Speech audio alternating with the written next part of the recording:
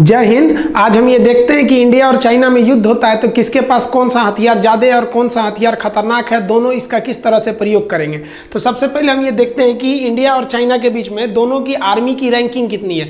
तो दुनिया में अमेरिका टॉप नंबर पे है, दूसरे नंबर पे रसिया, तीसरे नंबर पे चाइना आता है, चौथे नंबर पर इंडिया आता है। रैंक के हिसाब से ज़्यादा का अंतर नहीं है। अगर आप इंडेक्स देखेंगे तो ग्लोबल फायर पावर इंडेक्स में जिसका रैंकिंग जितना कम रहता है इंडेक्स में, वो उतना ज़्यादा पावरफुल माना जाता है। चाइना का कम है 0.6, इंडिया का 0.9। यहां आपको भले लग सकता है कि चाइना पावरफुल है, आगे देखते चलेंगे, जब तक पूरा नहीं देखेंगे आपको समझ में नहीं आएगा और आप भी चाइना के $10 बिलियन जो खर्च कर रहा है चाइना, उसी जाल में आप भी फंस जाएंगे। चाइना पूरी दुनिया के मीडिया में जो पैसे देता है रिश्वत के रूप में या अपनी प्रॉपर्टी को दिखाने के लिए, अपनी तारीफ कराने के लिए, अपनी क्षमता को दर्शाने के लिए, वो $10 बिलियन है। चाइना का जो सबसे बड़ा प्लस पॉइंट है वो उसकी इकोनॉमी है। उसका बजट बहुत ज्यादा है, $237 बिलियन, और हम लोग का बजट उसके आगे बहुत ही कम है। हमसे उसका रक्षा बजट 4 गुना ज्यादा है, $61 बिलियन है। इसमें हम एक डेडिकेटेड अलग से वीडियो बनाएंगे। यही हमारी इंडियन आर्मी के लिए सबसे बड़ा सरदर्द है। बाकी कोई टेंशन नहीं है चाइना और इंडिया से।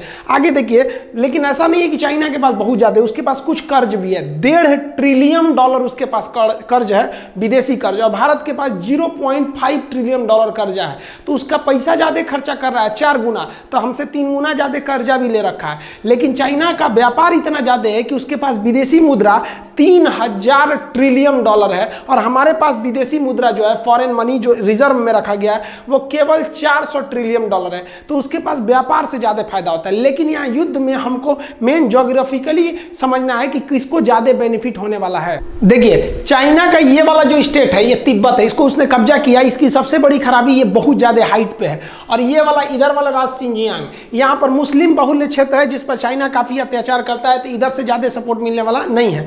लेकिन ये तो उसके अंडर में आता है। इसकी सबसे बड़ी समस्या क्या है, यहाँ इतना भयानक हाइट है कि जहाज यहाँ उतना अच्छा से काम नहीं कर पाते हैं। अभी समझाएंगे हाइट की वजह से जहाज अच्छा क्यों नहीं काम कर पाते हैं सब।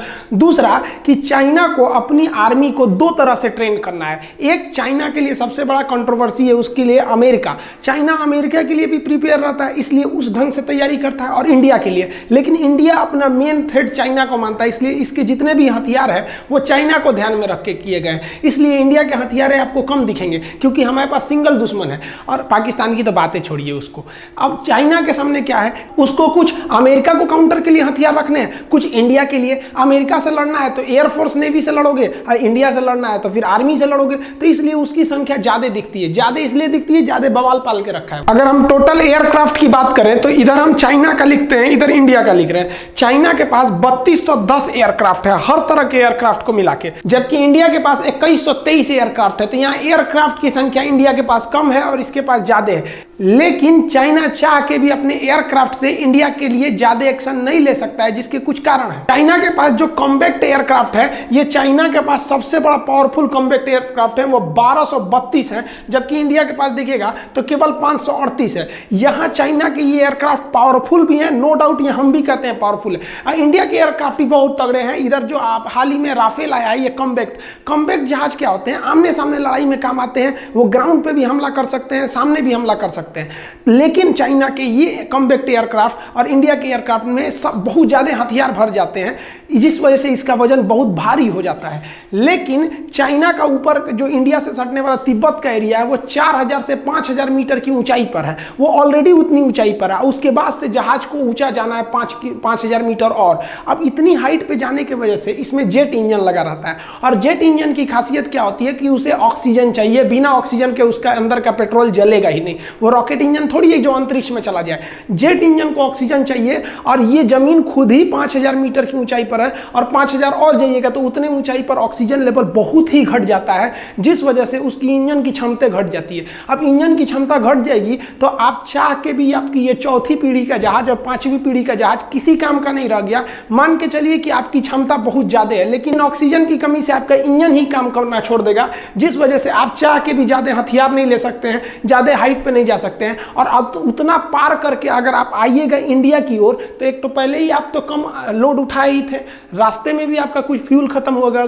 अब इंडिया की ओर ऐसे कोई पहाड़ वगैरह नहीं है। यहाँ की जो एयरफोर्स है वो भूखे मुंह बैठी हुई है। आइए, ये फुल कॉम्पैक्ट कैपेसिटी के साथ अपने 3rd और 4th जनरेशन के साथ ही आपके 5th जनरेशन की जहाजों की तुलना कर सकते हैं। तो यहाँ ज्योग्राफिकली ड्रॉबैक चाइना के साथ बहुत बड़ा है, ये उसके लिए सबसे बड़ा सरदर्द है। चाइना के पास जो अटैक एयरक्राफ्ट है ये काफी तगड़े हैं। इसका जो J-20 एयरक्राफ्ट है 5वीं पीढ़ी का, बहुत ही तगड़ा है। वो एक साथ 12 टारगेटों पर हमला कर सकता है, जबकि भारत का अटैक एयरक्राफ्ट सुखोई एक साथ 16 टारगेट पर हमला कर सकता है। ये 16 का 16 मारेगा। और ये चाइना के साथ यहाँ फिर एक समस्या ये हो जाती है कि चाइना को तिब्बत पार करके आना है, उसके बाद वो इंडिया पहुंचेगा। तिब्बत पार करने के बाद भी उसको 100-200 किलोमीटर उड़ान भरने के बाद ही वो इंडिया पहुंचेगा। तो अब वो उसकी क्षमता है 12 मारने की, उस पे से वो आधा लेके आएगा 6, तब ना यहाँ आएगा। यहाँ 16 लेके बैठा है। तो आप कितना भी तगड़ा एयरक्राफ्ट बना लीजिए, प्रकृति के आगे आप नहीं लड़ सकते हैं। युद्ध में ट्रांसपोर्ट बहुत बड़ा मायने रखता है। कौन पहले ट्रांसपोर्ट में पहुंचता है? तो ट्रांसपोर्ट विमान चाइना के पास 224 है और इंडिया के पास 250 ट्रांसपोर्ट विमान है। इसके पास विश्व प्रसिद्ध C-17 ग्लोब मास्टर है, जिसकी क्षमता बहुत ही ज्यादा है। और चाइना को यहाँ फिर दिक्कत होगा कि हैवी लोड आप कम ऑक्सीजन से उठा ही नहीं सकते हैं। तो इसके पास आप इस तरह से देखेंगे तो इसको यहाँ पे भी दिक्कत का सामना करना पड़ेगा। जो हेलीकॉप्टर होते हैं उसका तो प्रिंसिपल यही है कि वो हवा के थ्रस्ट पे ही उड़ते हैं, ऊंचाई पे जा सकते हैं। और यहाँ पर ऑक्सीजन लेवल घटने की वजह से हवा का थ्रस्ट भी नहीं रह जाता है। और चाइनीज हेलीकॉप्टर की संख्या ज्यादा है, 911 है, और इंडिया के पास केवल 722 हेलीकॉप्टर है। लेकिन यहाँ इंडिया भारी पड़ेगा, क्योंकि इंडिया के पास 2 बहुत ही घातक हेलीकॉप्टर है,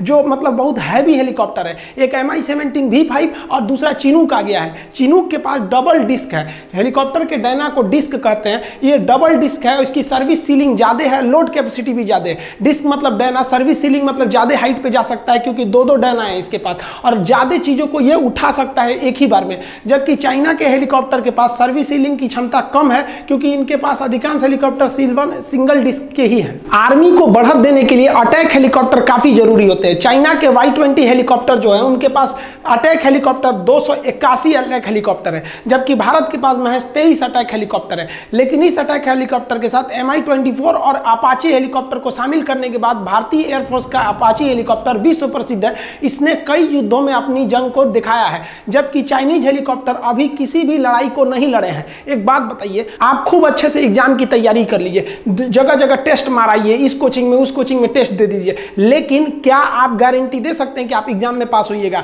देखिए, टेस्ट देना अलग होता है, प्रैक्टिस देना अलग होता है, लेकिन एग्जाम को सॉल्व करना अलग होता है। तो इन हेलीकॉप्टरों को युद्ध लड़ने का कोई अनुभव नहीं है, जबकि अमेरिका से आयातित ये Apache helicopter Afghanistan, Iraq, Libya, Syria हर जगह अपनी काबिलियत को दर्शा चुके हैं। दूसरा, इस हेलीकॉप्टर के अंदर सर्विस सीलिंग ज्यादा है, और इसका जो एमुनिशन, जो आगे गनर हथियार होता है, वो पायलट के डायरेक्ट आंख से अटैच होता है। जिधर पायलट देखेगा, इसका जो बंदूक है वो उधर ही घूम जाता है, निशाना लगाने की जरूरत नहीं है। अगला एक और चीज कि ये 9mm की बंदूक की गोली को भी झेल सकता है, और इसमें जो हॉट स्पॉट यानी मिसाइलों को लगाने की जगह है, ये इससे 3 गुना ज्यादा है। यानी हेलीकॉप्टर के मामले में अभी पूरी दुनिया में अपाची के आगे कोई नहीं टिक सकता है। और ये जो अपाची है, ये एकदम नीचे नीचे उड़ान भर सकता है, जिस वजह से ये रडार में भी नहीं आएगा, और ये क्षमता इसके पास नहीं है। ओवरऑल चाइनीज जो एयरफोर्स है वो संख्या में आगे है, लेकिन उसके सामने एक प्राकृतिक समस्या, दूसरी उसकी टेक्नोलॉजी वर्ल्ड लेवल की नहीं है। हमारे पास कम ही है, लेकिन टेक्नोलॉजी ज्यादा है। और वैसे भी चाइनीज